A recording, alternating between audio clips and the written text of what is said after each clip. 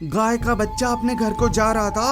अचानक गाय के बच्चे का पैर नागिन के ऊपर पड़ गया। नागिन पीड़ा से इतनी तिलमिला गई कि इसने बच्चे को डस लिया। इस वक्त तो गाय के बच्चे को महसूस नहीं हुआ और गाय का बच्चा अपने घर आ गया। अपने लाडले को देख गाय बोली, आ गया मेरा राजा बेटा, चल साथ में खाना खाते हैं। गाय अब भी आने वाली मुसीबत से अनजान थी। पेट भरने के बाद गाय बोली, नंदी तेरा बिस्तर लगा दिया है मैंने, जाकर सो जा। गाय के बच्चे को अब नागिन के जहर का असर महसूस होना शुरू हो गया था। पहले तो गाय ने गौर से अपने बच्चे की ओर देखा, फिर ये बोली, सारा दिन तू खेलता रहता है, फिर रात को इतना थक जाता है कि खड़े खड़े नींद आने लगती है, जा सो जा जाके। नंदी जैसे तैसे बिस्तर पर आकर लेट गया। गाय भी अपने बिस्तर पर आकर बोली, हे भगवान, ये बच्चों को पालना कितना मुश्किल होता है। मेरी तो एक ही बच्चे को पालने में हालत खराब हो जाती है, पता नहीं ये बकरी 2 और सुअर 12 बच्चे कैसे पाल लेते हैं। इसके बाद गाय सो गई। जब सुबह हुई, चिड़ियों की चहचहाट गाय के कान में गई तो गाय उठकर बैठ गई। गाय जोर से बोली, नंदी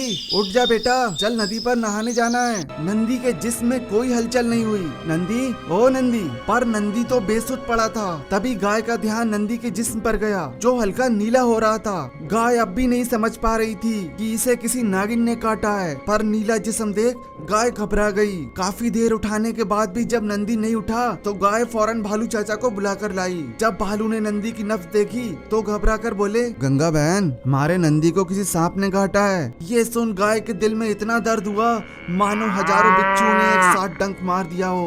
गाय घबराते हुए बोली, चाचा कुछ भी करो, मेरे नंदी को ठीक कर दो। भालू फौरन जंगल से कुछ जड़ी बूटी लेकर आया और इन्हें कूटने लगा। कई तरह की जड़ी बूटी सुंघाने के बाद भी नंदी होश में नहीं आ रहा था। अब तो भालू भी घबराने लगा। भालू को घबराते देख गाय और सहम गई, क्योंकि पूरे जंगल में एक ही मात्र बैद थे। गाय डरते हुए बोली, क्या हुआ चाचा?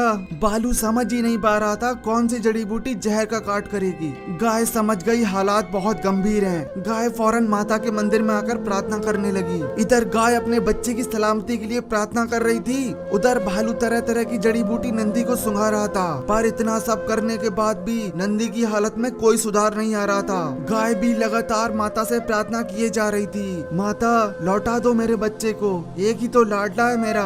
माँ के दिल की दर्द भरी पुकार दूसरी माँ ने सुन ली।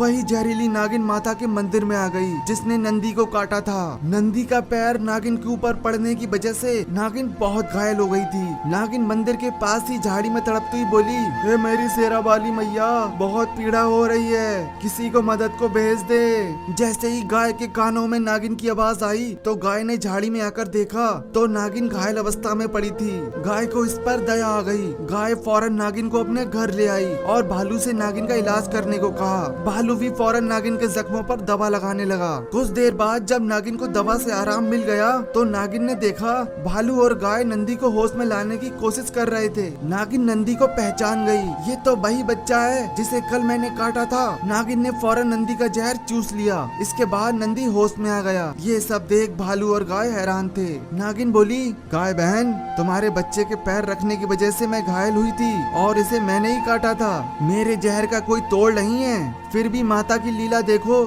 मुझे खुद इसे बचाने भेज दिया। इसके बाद सभी ने जोर से बोला, जय माता दी। दोस्तों, कहानी पसंद आया तो वीडियो को लाइक कर कमेंट में जय माता दी जरूर लिखें। धन्यवाद।